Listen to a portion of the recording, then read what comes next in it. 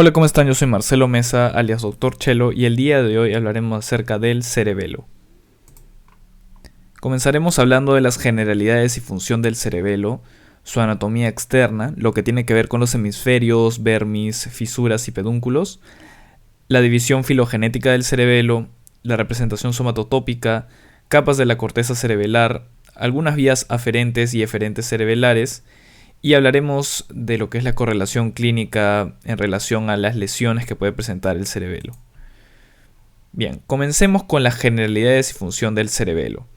El cerebelo es un órgano que forma parte de lo que es el encéfalo y está ubicado a nivel de la fosa posterior, por debajo del tentorio.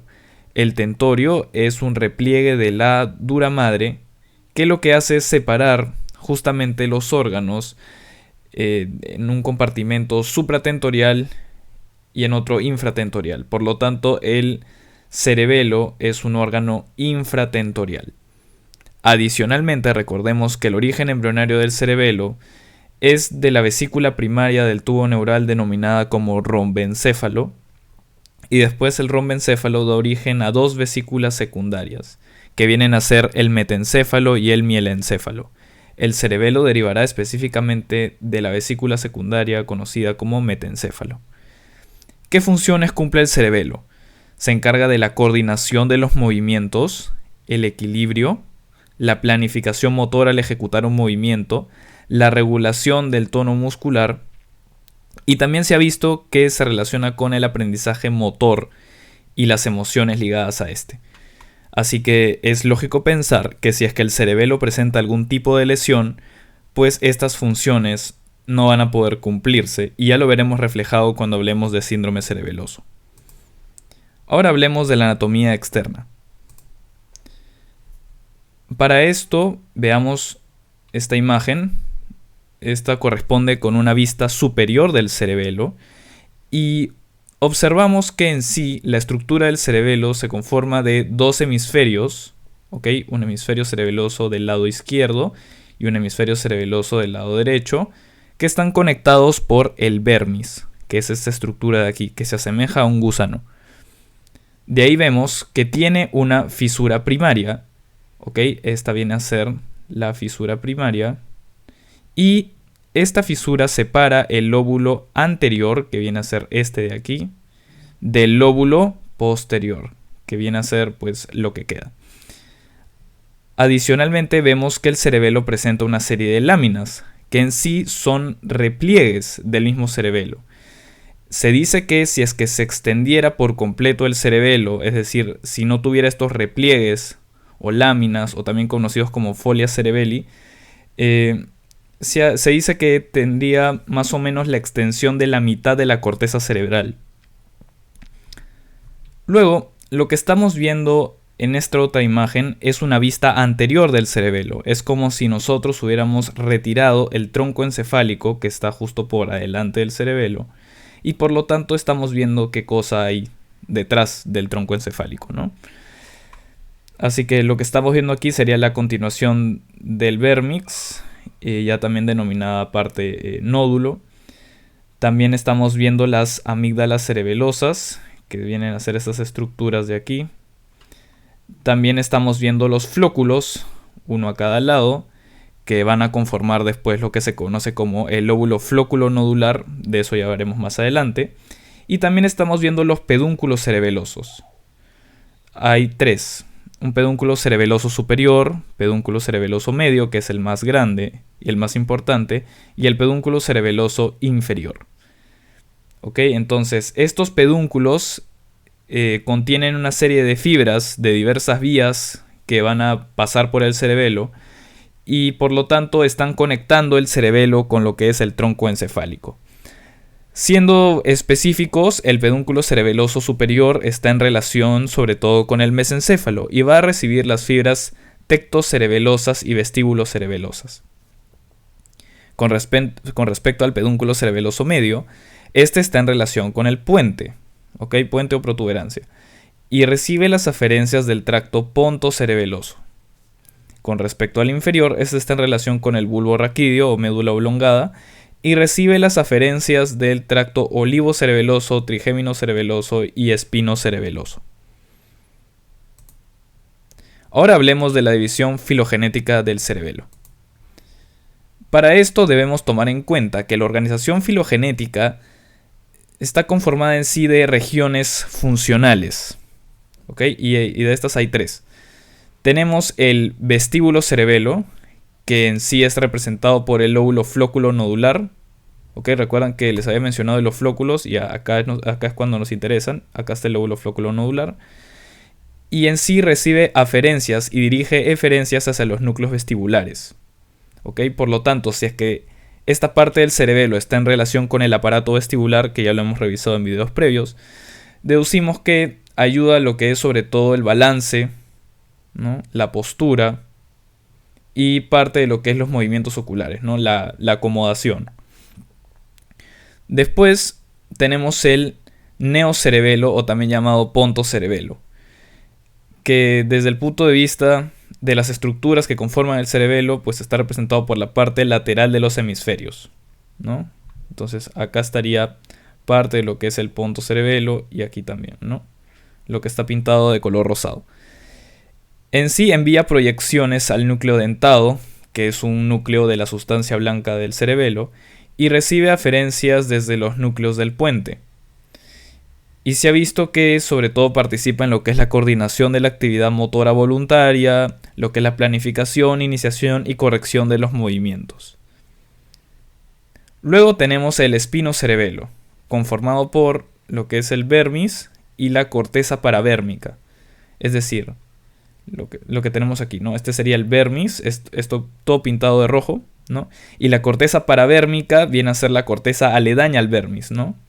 Es decir, lo que está pintado en verde. Así que ese viene a ser el espinocerebelo. Lo que hace es recibir las aferencias de los tractos espinocerebelosos, ¿ok? Es decir, que están viniendo de lo que es la médula espinal, ¿no? Y sobre todo va a intervenir en ¿qué? En la regulación del tono muscular y coordinación igualmente del movimiento. Ahora veamos la representación somatotópica del cuerpo en el cerebelo. Muy bien, como había mencionado, cuando hablamos de representación somatotópica, estamos refiriéndonos sobre todo a cómo el cuerpo está representado en el cerebelo. Y para esto nos va a ayudar lo que es el homúnculo motor del cerebelo. Así que estos vienen a ser los homúnculos, ¿de acuerdo? ¿Y por qué están ahí? Porque de esa manera podemos saber qué partes del cerebelo de manera específica van a regular justamente lo que es la coordinación, ¿no? El adecuado tono muscular, la planificación motora de ciertos músculos, ¿ok? Así que comencemos desde la perspectiva del vermis. ¿Ok? Vemos que el vermis está en relación con la parte central del homúnculo y parte de lo que es los miembros inferiores. Por lo tanto, deducimos lo siguiente. El vermis, sobre todo, es el que se va a encargar, por así decirlo, de ver la adecuada planificación de los actos motores, planificación, ¿no? El adecuado tono muscular, ¿no? Equilibrio, en fin, de lo que es la musculatura ubicada a nivel axial, ¿ya? Más cercanos a la línea media del cuerpo, y también parte de lo que es los miembros inferiores. Y ahora lo que estamos viendo con estos homúnculos de aquí abajo es los hemisferios cerebelosos, sobre todo igual, se van a encargar de que se cumplan estas funciones a nivel ¿de dónde? De la musculatura distal, ¿no? Que tiene que ver más con las extremidades superiores e inferiores. Es importante recordar esta representación somatotópica para poder entender el síndrome cerebeloso. Ya lo vamos a detallar más adelante.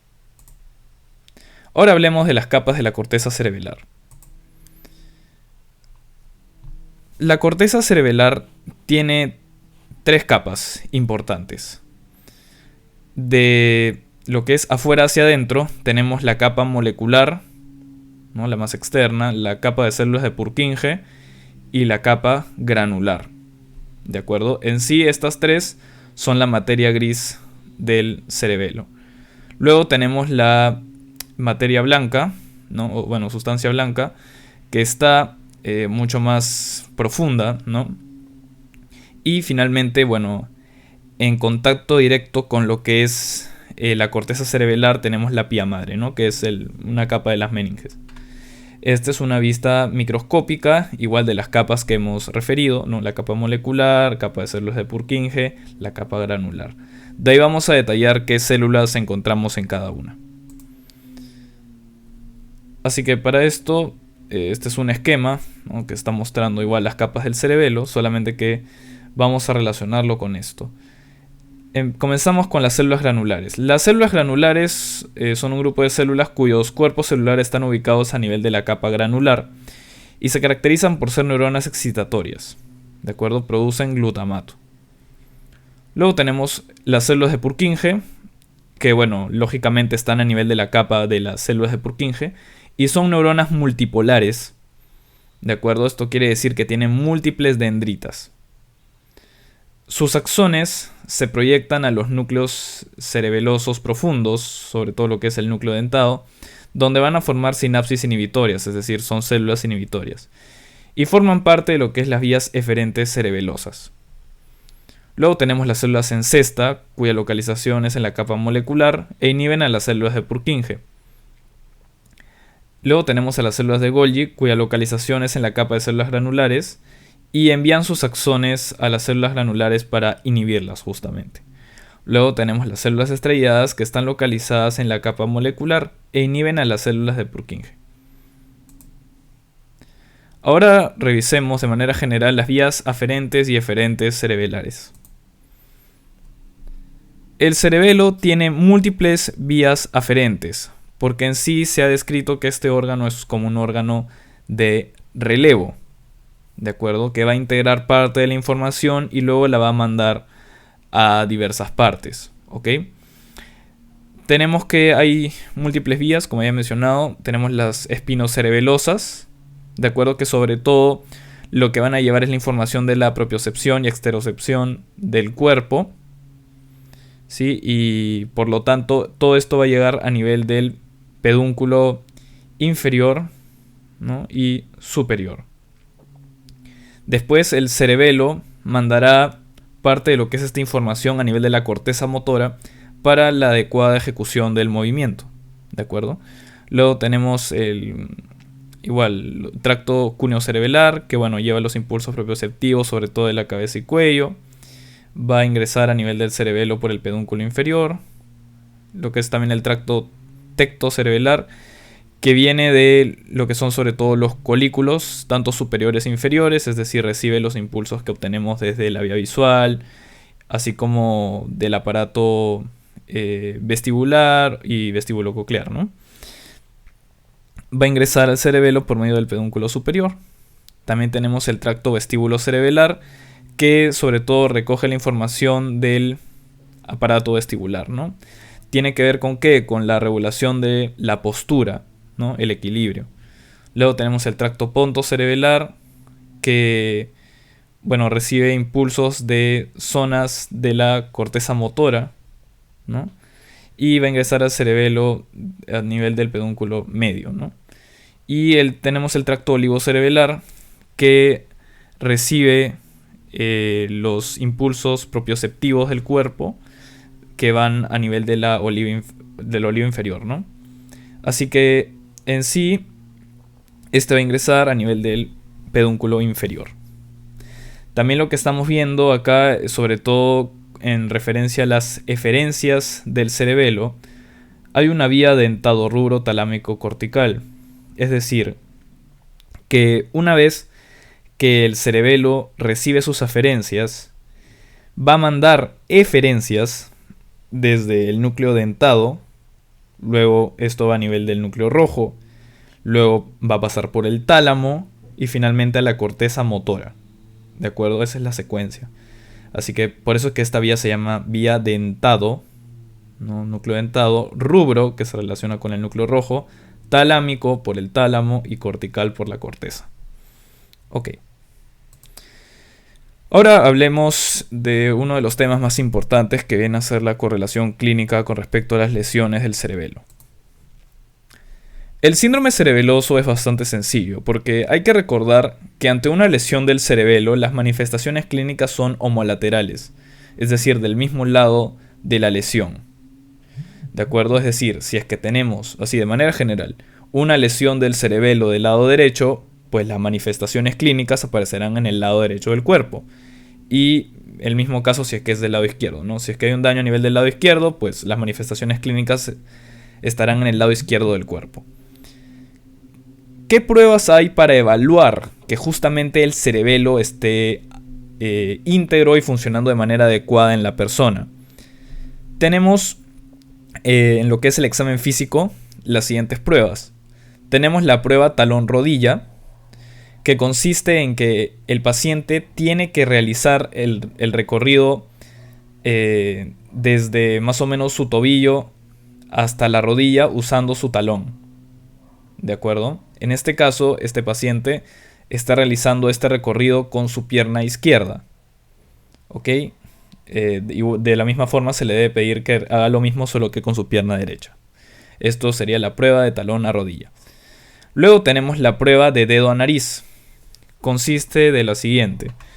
Vemos aquí, ¿no?, el examinador y un paciente. Lo que tiene que hacer el paciente es cerrar sus ojos, ¿ok?, y tocarse la nariz y luego tocar el dedo del examinador. ¿Ok? Entonces, toca el dedo del examinador, luego regresa y toca su nariz. Y así sucesivamente. ¿Ok? Luego tenemos el movimiento alterno rápido. ¿En qué consiste esto? En realizar una maniobra de pronosupinación. Es decir, acá tenemos el movimiento de pronación. ¿De acuerdo? Generalmente se hace sobre el muslo, ¿no? Se realiza el movimiento de pronación y luego se realiza un movimiento de supinación, pero de manera rápida. ¿Ok? Luego también tenemos la prueba de Romberg, que ya es algo que hemos revisado cuando hablábamos de síndromes medulares y médula espinal, que consistía en que el paciente se coloca en posición militar o bueno, de pie, ¿no? Y se le pide que cierre los ojos. Y si es que el paciente pues se mantiene en su lugar y no tiene algún cambio, se denomina que el Romberg es negativo. Si es que el paciente cierra los ojos y se empieza a desestabilizar y se cae, se denomina Romberg positivo. Y también tenemos la evaluación de la marcha, ¿no? Se tiene que observar al paciente caminar y por lo tanto, bueno, si es que se ve que en algún punto de su marcha se tambalea hacia algún lado, tenemos que sospechar de un síndrome cerebeloso. ¿De acuerdo? Ahora vamos a detallar qué alteraciones pueden pasar si es que hay una lesión cerebelosa propiamente. Empecemos con el síndrome del vermis rostral y lóbulo anterior. Es decir, sobre todo afectado, ¿qué cosa? El vermis anterior. Habíamos visto que el vermis, en relación con qué musculatura del cuerpo estaba, con la musculatura axial y parte de los miembros inferiores. ¿Ok? Por lo tanto, si es que hay alguna afección del vermis anterior, se va a afectar la musculatura axial y de los miembros inferiores. ¿Cómo se va a manifestar esto? Por medio de marcha atáxica, es decir, el paciente va a requerir un aumento de la base de sustentación para tener una mayor estabilidad o equilibrio. Y eso es lo que estamos viendo en este caso, ¿no? En este dibujito, este paciente, pues como ven, ha ampliado su base de sustentación para tener mayor estabilidad, lo cual es acorde a la ataxia cerebelosa. Adicionalmente, va a tener incapacidad para realizar marcha en tándem, es decir, que si se le pide al paciente que camine con un pie situado enfrente de otro, como si estuviera caminando algo así como la cuerda floja, el paciente no va a poder hacerlo, se va a tambalear, se puede llegar a caer. Y tenemos obviamente la marcha tambaleante. ¿En qué caso se puede afectar el vermis anterior? Por ejemplo, en la degeneración cerebelosa alcohólica.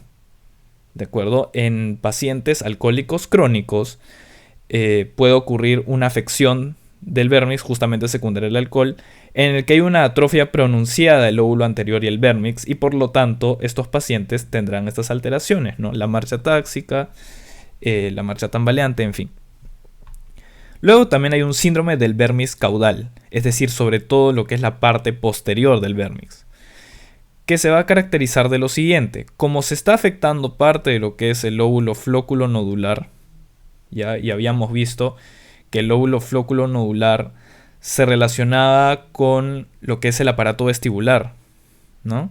Por lo tanto, el paciente, si bien va a desarrollar la ataxia troncal, que es algo así como lo que habíamos visto antes, adicionalmente se le va a acompañar nistagmo, es decir, los movimientos oculares rápidos de manera patológica, y también se va a acompañar de una sensación de vértigo.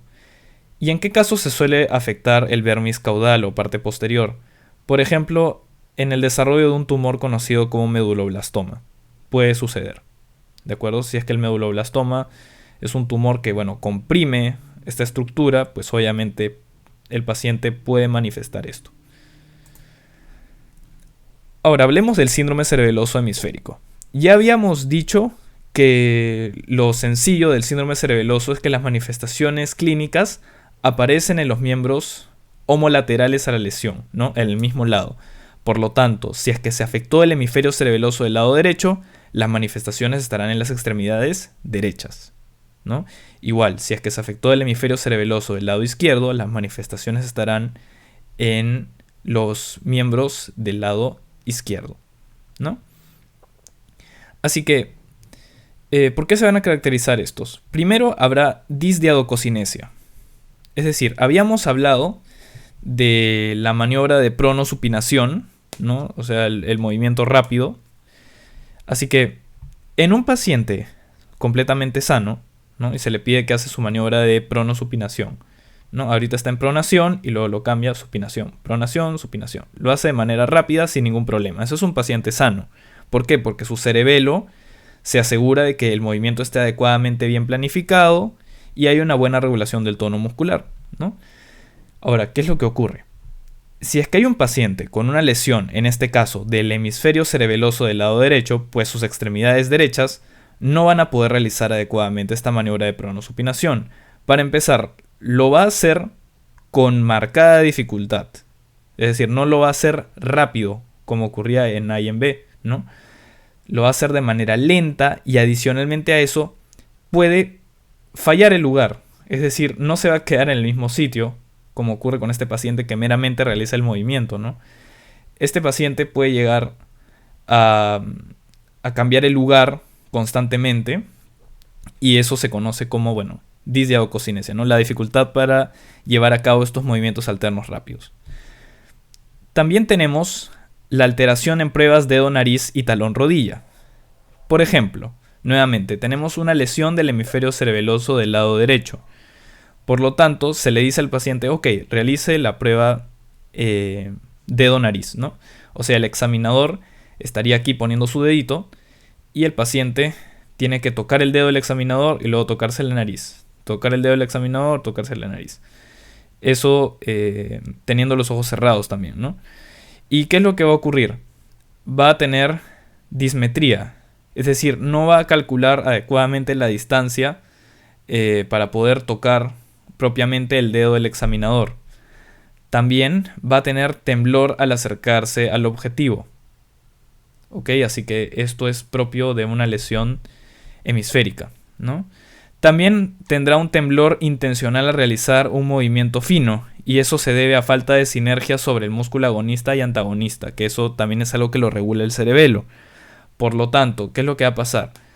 Supongamos que un paciente con una lesión cerebelosa tiene que abrir el cerrojo de su puerta o abrir una puerta con una llave, ¿no? Entonces va a tener ahí un temblor intencional al realizar ese movimiento fino.